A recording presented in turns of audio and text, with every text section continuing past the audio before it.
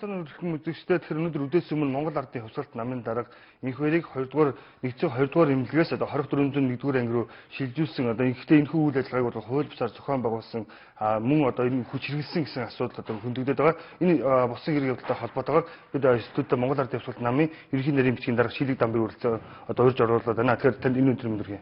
Тэгэхээр түрүүн одоо үдээс өмнө болсон үйл явдлыг ер нь та бүхний хувьд юу гэж харж байна вэ? Түүний өмнөж оюун билгийн хэлж байгаагаар бол энэхүү одоо үйл ажиллагааг зохион байгуулж байгаа нь өөрөө эргээд одоо хууль зөрчсөн, ерөөсөө одоо анханасаа хууль зөрчсөн хэлбэрээр явуулсан энэ үйл ажиллагаа дахиад автаад явж байна гэсэн тайлбар өгч байна л да. Энэ дэр юу ямар байна? Тий. Энэхээр даргын өмгөөлөгч нар бол өөрсдийн байр сууриа аль биесээр илэрхийлж байгаа. Тэгээ саяны хэлсэнчлэн энэ шилжүүлэх үйл ажиллагаа бол өөрөө хүч хэрэглэсэн хүний эрхийг илт зөрчсөн. Тодруулж хэлэх юм бол одоо анх өөрийг энэ баримтчлагад гаргасан тэрл үйл ажиллагаа дахин хэрэгжсэн. Нөгөө өмсгөлтөө тусгаагийн гэгддэг одоо олон залуучууд ялгаагүй л одоо нөгөө дамжлал ингээл одоо машинд хүчээр шигэж ингэж л одоо ийм үйл ажиллагаа явагдлаа. Тэгээд бид намын удирдлагууд угээр бол 2-р эмнэлэг дээр очисон байсан. Болсон үйл явцыг бол бид газар дээр нь өөрсдөө харсан. Үнэхээр одоо нэг хүнийг шилжүүлэх одоо энэ асуудал мэдээж одоо хууль дүрмийнхэн дагуу явагдах ёстой. Гагцхүү ингэж хүч хэрэглэх байдлаар одоо хэдийгээр шүүхээс ялын тогтоол уншуулсан ч гэсэн энэ хүн маань бол Монгол улсын иргэн шүү дээ. Тэгээ иргэндээ ингэж одоо хүч төрүүлсэн байдлаар хууль хүчний байгууллагууд ханддгийг бид ерөөсөй ойлгохгүй байна. Тэр бол хоёр хүний хийх ажил байх л да. Нэг хүнд одоо 20-30 ингэж одоо хүч хэрэглэж Монгол улсынхаа төрийн тэргүүнээр ажиллаж исэн энэ хүнд яагаад ингэж хандаад байгаа гэдэг нь бол өөрөө их онцгой анхаарал татж байгаа юм. Энэ хоёр дарга дээр болохоор л одоо ийм асуудал үүсдэг. Тэр хүний эрүүл мэнд нь муу байна, хүч тамиргүй байна, сулдж доройтсон байна. Ийм хүнд одоо тэгж олон хүний хүч хэрэглэх нь маш зохисгүй харагдаж байна. Би бол одоо үнэхээр тухайн үед бол энэ Монгол улс маань ер нь ардчилсан улс орн муу юм уу? Эсвэл одоо юм бид их хатуу ийм одоо хариуц тогтолцоотой ийм улс оронд амьдарч байгаа мó гэдэгт ер нь эрүүл ухаантай хийж байсан байдал дээр нь харахад бол үнэхээр одоо гайхширс төрхөөс аргагүй. Ийм л байдал бол би маш харамсаж байна. Хууль хүчний байгууллагыг бол бид бас төр гэж ойлгодог. Ард түмэн бол одоо энэ төрийн цагдаагаа энэ одоо хууль хүчнийхээ хүмүүсийг бол одоо төрийн өмнөөс тушаалаар ажиллаж байгаа ард иргэдийнхаа одоо энэ аюулгүй байдлыг захихын төлөө тангар өргөж ажиллаж байгаа хүмүүс гэж ойлгодог. Тэгвэл энэ тангарыг одоо өөр юм хин нэгэндээ хүч төрөмгийлэх ийм одоо байдалд энэ тангарыг өргөдөг юм уу гэж хүртэл бодох үз. Үнэхээр одоо гайхшрал болох үз. Ийм л одоо байдлаар энэ үйл ажиллагаа явагдлаа шүү дээ. Маш харамсаж байна. Тэр хуулийн хүрээнд бол юу гэдгийг одоо аль нэгэн хорих ангийн захирагчийн хурж ирээд одоо юу гэдгийг захирамжийг гардуулах гэдэг юм да шүүхийн шийдвэрийг гардуулах юм тогтоолыг гардуулах ийм зүйл байдаггүй маа. Энийг өөрөөр хэлэх юм бол дээд шүүхээс одоо асуудлыг шийдэж байгаа. Тэгэхээр энэ дээд шүүхээс шүүхээс тодорхой хэмжээний тайлбар хийж дээд шүүхээс одоо хүмүүс ирэх ёстой байдлын шүүхийн шийдвэр гүйцэтгэхийн албаны нөхцөл ирж байгаа нь бол үргээ хууль зөрчил алах мөн л дээ гэж яриад байна л да. Энэ дэр за би яг хувийн байр суурийг илэрхийлээ л да. Би бол өөрөө бас яг энэ хуулийн чиглэлд ажилладаг хүн бол биш. Тийм учраас бол би хувийн байр суурийг илэрхийлэхэд шүүхийн шийдвэр гүйцэтгэлийн сайхан солигдсон шин дарга болсон байсан. Тэгээ энэ шин дарга бол энэ ажилдаа цаашдаа ингэж их хариуцлагатай хандах ийм үүрэг даалгавар авсан юм болов уу гэж. Өөрөөр хэлбэл одоо хоригдл бүхэнд өөрөө гардаж очиж энэ тогтоол шийдвэрийг уншдаг ийм л ажлаа байдлаар эхлэх ийм л хүн юм байна л да. Тэгэхээр одоо Монгол улс маань хэдэн хоригдолтой юм, цаашдаа хэдэн хоригдолтой болох юм. Ингэх тусамд л энэ хүн энэ дарга очиж л бичилж энэ тогтоол шийдвэрийг уншиж энэ ажлаа ингэж одоо хийж явуулах байлгүй дээ. Би бол одоо тэгж ойлгож байна. За өмгөөлөгчнийхэн зүгээс бол мөн энэ явдал мөн жагаа тэр хүн өөрөө яг ингэж одоо бичилж очиж танилцуулах нь одоо мөн одоо анхаарал татж байгаа асуудал байна гэж хэлж байгаа. За мэдээж одоо хуулийн хүрээнд үйл ажиллагаа явагдах ёстой. Тэгээд харамсалтай нь ийм байдал ойлгоцгүйц асуудал өрнөхгүй байна шүү дээ. Тэгэхээр энэ бол бид цаанаа энэ улс төрийн хилмигдүүлэлт энэ зохиомл энэ одоо хэлс хэрэгт бүтгэж ингэж одоо яс шийтгэл оногдуулж байгаа байдал нь анханасаа энэ зохион байгуулалттай байсныгаа л одоо хийж байгаа үйл ажиллагаа болгоноор л нотолж харуулад байгаа юм. Тийм. Тэгэхээр бидний бас энэ хэрэг явдалтай холбоотой сурчлага хийхээр бас сайд нарын 2 дугаар эмнэлэг, клиникийн 2 дугаар эмнэлгийн гадаач болон мөн одоо 24-р ангийн одоо үүдэнд очиод байхад ерөөхдөө энэ бол хууль бус ажиллагаа болсон болчлоо. Гэхдээ хамгийн гол нь өнөөдөр одоо ямар нэгэн шийдвэрийг одоо хууль бусаар хийхээсээ гадна бас хүнийхээ эрүүл мэндийг бодох хэрэгтэй шүү дээ. Өнөөдөр Монгол Ардын Хувьсгалт намын дарга энэ хоёрын хувьд биеийн байдлыг тун таарах хүн байсан. Өөрөөр дархлаа нь маш сул байгаа. Ийм нөхцөл одоо нөхцөлийн шалтгаан шахуу те ингээ одоо машинаар ингээ хүч хэрэглээд аваа явж байгаа явдал нь бас тухайн хүний эрүүл мэнд залхийлсан үйлдэл болж яриад байна шүү дээ. Тэгж ойлгохоос үйл явц өрнөж байна л да. Хэрвээ та бүхэн санаж байгаа бол нэг хэд хоногийн өмнө мэрэгжлийн эмчнэрийн баг энэ биеийн эрүүл мэндийн талаар мэдээлэл хийж байсан. Тэгээ манай намын одоо хүмүүс эрүүл мэндийн талаар ярихаар эргэлзээд байдаг л да. Энэ хүмүүс зөв намынхаа даргын асуудлыг эрүүл мэндийн байдлаар далимдуулж энэ хүнийг одоо ял завшуулах, оролдлого хийх гэж байна эднэр гэж буруу талаас нь дандаа ингэж нийгэмд ойлголт өгөх.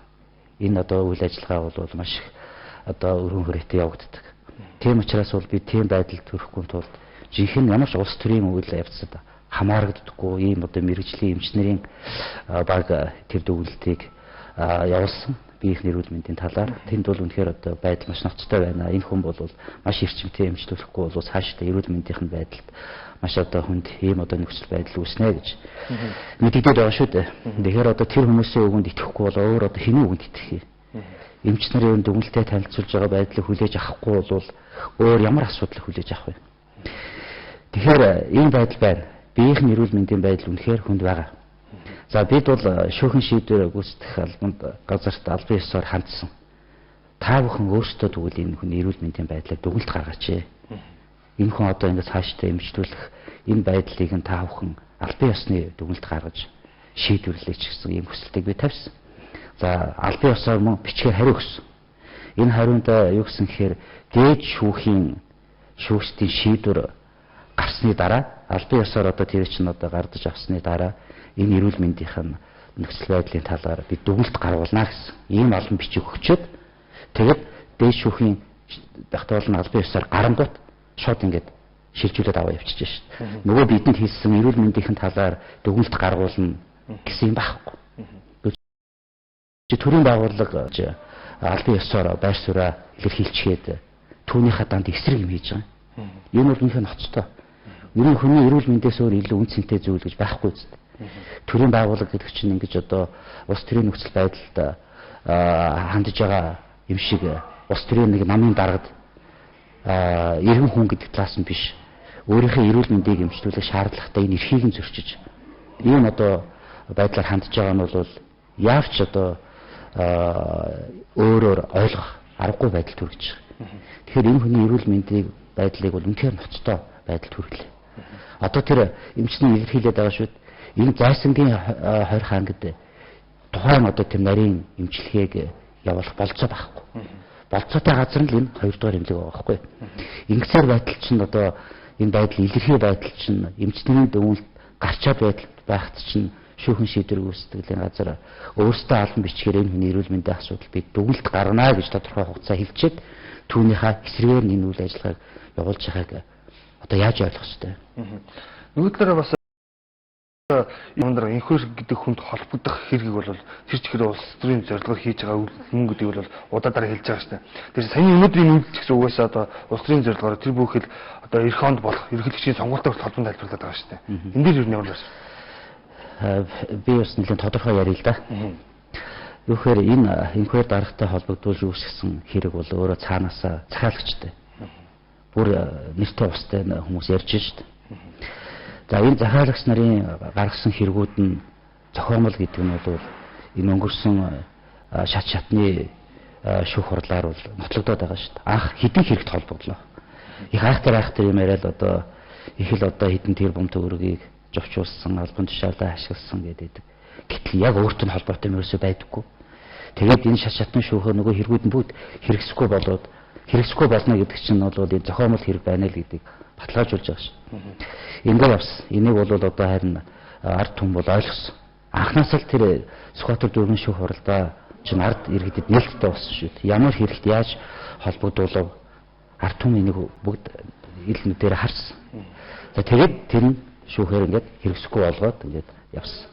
Одоо үлдээд байгаа хоёр хэрэг байх. Үнч хөвчлөлтэй холбоотой асуудал. Тэгсэн мөртлөө инквайр гэдэг хүн өөрөөсөө тэр хөвчлөлд оролцоогүй байгаа байхгүй. Дандаа дан хүмүүсийн асуудал. Яг хөвчлөлд оролцсон хүмүүсийн шалахгүй мөртлөө огт холбогдлого хүний нь болохоор ингээд хамаатуулаад байдаг. Юу яаж ойлгох хэрэгтэй юм бэ? Үнэхээр одоо хэлэх олдохгүй шүү дээ чинь. Одоо цаасан дээр бичсэн тэр гэдэг хүн энэ хөвчлөлд оролцсон гэдэг. Шийдвэр гаргасан хүмүүст нь мөн тухайн үед албан тушаал гарч ирсэн хүмүүст нь тодорхой байдаг. Инквайр гэдэг хүн бол тухайн үед тэр өндөр албан тушаал гарч ирсэн байдаг. Өөрийнх нь албан тушаалын байдал нь өмч хөвчлөлд холбогдох ямар ч тийм болцоогүй байдаг. Энэ нийслэлийн өмчтэй холбоотой асуудал. Нийслэлийн удирдлага иргэдийн хурлаар шийдвэр гаргасан байдаг. Тэгтэл хаа хамаагүй хөндлөнгөө хүний холбоодод ингээд энэ одоо илэг дог болж шүү дээ. Энийг ч одоо хүмүүс хараад зөвхөн манайхан битгийл гадныхан хүртлийн дэвшинд өгнөлтөө гаргаж тавиад байгаа үст. Энэ Монгол улс ч одоо юу болоод байгаа юм бэ гэж. Ичих нүүр байдаг бол одоо юу гэж хэлэх юм бэ одоо энэ дээр дооргүй одоо энэ улс орны нэр хүнд нүүрс царайч одоо хөгийн боллоо шүү дээ. За нэг ийм нөгөө талаасаа бол ерөнхийлөгчийн 13 оны сонгуультай холбож гадуур бас нэлээ яриа явж байна. Манай нам энэ орон нутгийн сонгуулиар улс төрийн 3 дахь хүчин гэдгээ батгсан ийм одоо байдлаар энэ сонгуулийн үр дүн гарсан.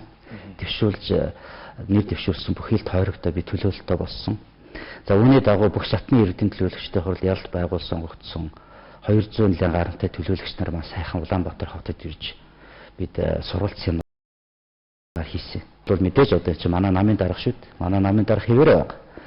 Энэ шударгаас эвслийн тэргүүн амрын инхвэр гэдэг хүн хэвээрээ байна. Тэгээд энэ хүнтэй холбоотой асуудлыг бид ярьж таарна шүү дээ. Намын нөхөд ивчин. Журмын нөхөд хин нэгнийхээ тухай ярихгүйгээр чихээ таглаад дуугу ингээд өнгөрнө гэж байхгүй шүү дээ. Айлч намд тэгэн шүү дээ. Ардс нам шалгаагүй тэх бах. Ардын намд бас би тэх болов уу гэж бас найдаж байна. За гэтэл бол тэр үед ямар асуудал яригдсан гэхээр энэ хэрэг угаасаа зохион бол. Энэ нь бол одоо ард түмэн бүгд хаа хаагаа ойлгож байна. Энэ иргэдийн хурлын төлөөлөгч нар ч өөр ард түмнээс сонгогдсон хүмүүс байгаа учраас энэ хүмүүсээр дамжуулж тэр ард түмний санал бодол илэрхийлэгдэж байна шүү дээ. Тэгээд тэр хүмүүсийн хэлж байгаагаар бол энэ зохиомл хэрэг байна. Энэ шүүхийн шийдвэрүүд бол энийг нотлоо. Одоо тулгаад байгаа хоёр хэрэг нь гэж одоо хөгийн юм байна. Энэ хүнтэй ямар ч холбоогүй. Тэгэхээр энэ хэрэг удахгүй бас цагаад. Тэгээд цагааж байгаа тохиолдол яах вэ? Манай нам одоо эх хонд ерөнхийлөгчийн сонгуул болох юм бол инквайр даргаагаа одоо нэр дэвшүүлэх саналтай байна. Энийг одоо мэдээж одоо ерөнхийлөгчийн сонгуулийн асуудал хуулийнхаа дагуу эхлэегүй шархаа хугацаатай хуультай. Тэр үедээ одоо намын шийдвэр гаргах төвчний байгууллага тэр үедээ одоо асуудал ярих үед энэ одоо бидний саналыг авч хилцээрэй л гэсэн юм хуу хүмүүсийн санал яригдсан. Тэгээ нэгэнтээ санал яригдсан учраас бид тэрийг нь протоколоор тэмдэглэж аваад ингээл өнгөрсөн. Албан ёсоор бол одоо энэ нэр дэвших тухай асуудлыг шийдвэр гаргахгүй шүү дээ. За ингэтэл бол одоо энэ байдал үүсэж байгаа. Тэгэхээр манай намын гишүүд бол мэдээж хүнд хардах хэрэг байдаг гэж ярьдаг шүү дээ. Тэд хардж юм л да. Юу ч хардж юм гэхээр энэ уусаа ерөнхийлөгчийн сонгуультай холбоотой учраас тэгээд дээр нь 21 өдөр гэж хүн болгон айцтай. Нөгөө дэлхийн сүнх байх гэдэг одоо баахан л өнөө худал баахан юм яригдлаа шүү дээ. Тэгээд энэ чинь нөгөө хүмүүс чинь бас болгоомжлоод үнэхээр одоо яах юм бэлээ гэдэг ингээд нөгөө ирээдүг урьдчилж таах арга байдаггүй учраас бас болгоомжилж байна. Одоо хотын хөдөлгөөнч гэсэн их хөл хөдөлгөөн баг байгаа үз. Хүүхдүүд хичээлдээ явахгүй байх гэж байна. Оюутан сурагчид бас одоо тийм байх жишээтэй. Ингээд одоо хүмүүс зарим нэг нь хөдөө гадаа явсан байна гэж байгаа. Ингээд хөл хөдөлгөөнтэй хүмүүс айцтай байгаа яг энэ өдрийг нь одоо сонгож авч эсвэл тэгж цаанаас үнэхээр таарсан юм уу тийм ээ. Энд бол бид эргэлзэж байгаа. Энийг бол цаанаас зохион байгуулж байгаа учраас албаар энэ өдрийг ард иргэд айцтай байгаа энэ нөгөө 21-ний айхт энэ ч одоо их хэвлэл мэдээлэлээр бас энийг нэлээд явууллаа шүү дээ.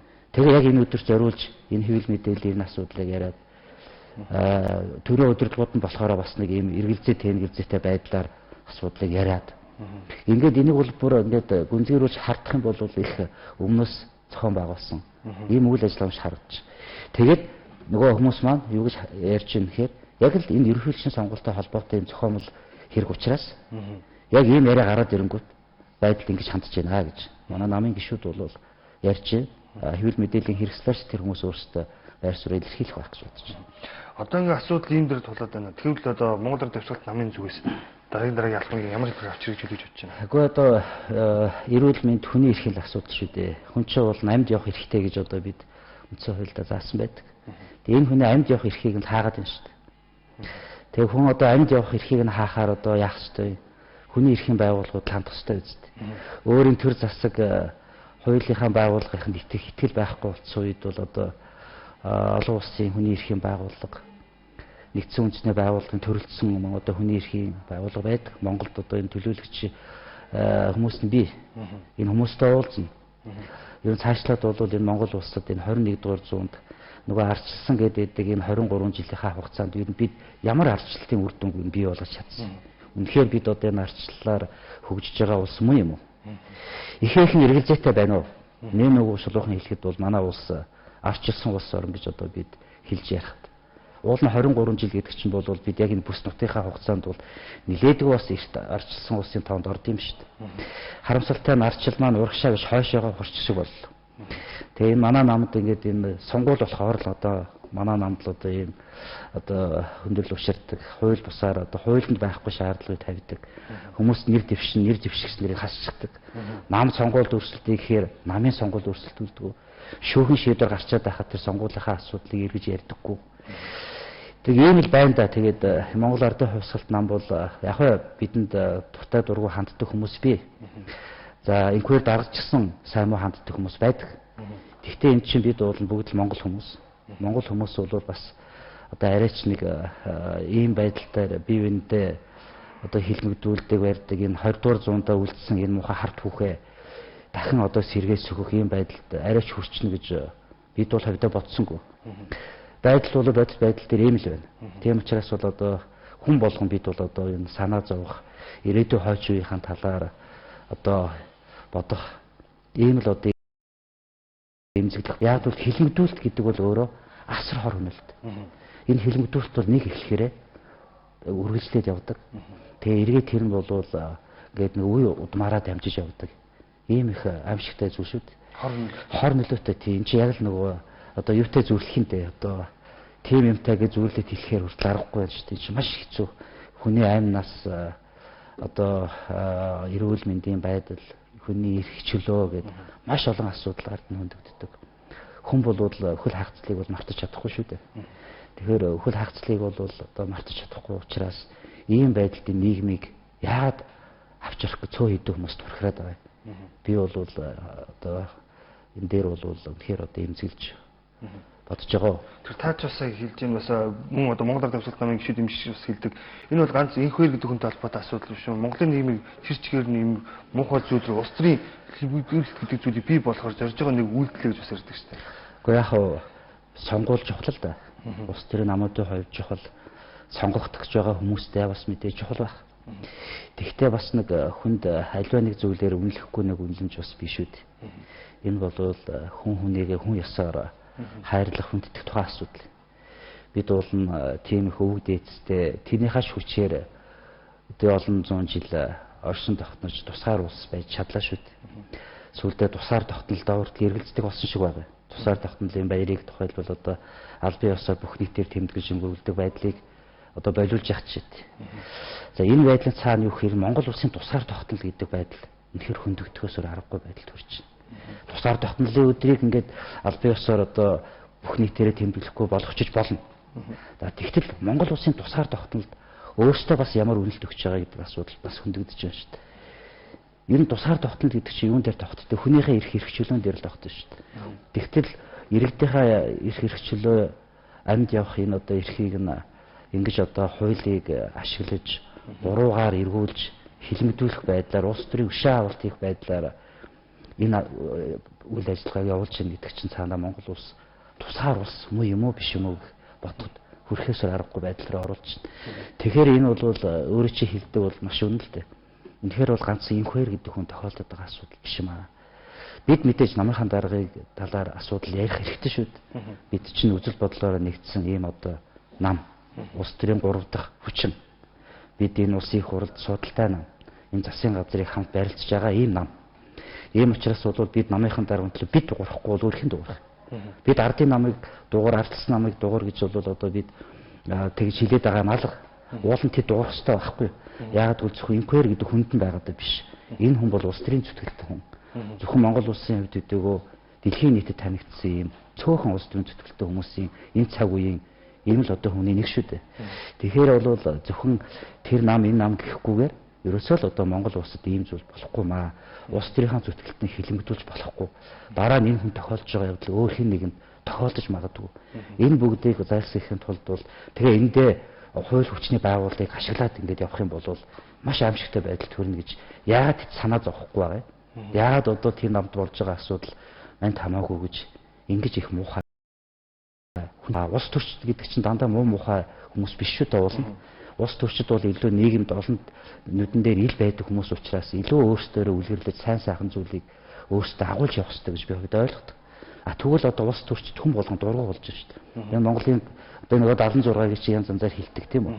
Одоо эргээд ингээд цаашлаад энэ улс төрчид шиг одоо муухай хүмүүс алах гэдэг. Тэгэхээр улс төрчид гэсэн цаанаа бас нэг төр гэж ойлгож байгаа юм бол төрөө хүндэтгэхгүй болж байна. Төр иргэний хоорондын харилцсан одоо хүндэтгэл байхгүй болж байна. Тэгээ хүмүүс нь одоо сүүлдээ сонгуул өхөн байдал. Энэ чинь улс төрчдөө улс төрийнхөө нөхцөл байдалд өгч байгаа шууд дүгнэлт шүү дээ. Тийм учраас орон нутгийн сонгуульд одоо эрс хүрэхгүй ямар нөхцөл байдал үүсв. Одоо ерөнхийлөгчийн сонгуульд бас юу болох? Бодох зүйл их байна шүү. Яг баярлалаа. Тэгэхээр өдөртөө та тэр ярилцах цаг маань энэ хүрээд өндөрлөж байна. Тэгэхээр цаг үеийн асуудлаар ялангуяа Монгол Ардын Хувьсгалт намын дарга энэ хоёрыг хууль бусаар хүч хэрэглэн клиникийн 2 дугаар эмнэлгээс 24-1-р ангид шилжүүлсэн холбоотойгоос намынхаа байр суурийг илэрхийлсэн тань баярлалаа. Тэгвэл өдөртөө энэ ярилцах цаг маань өндөрлөж байна.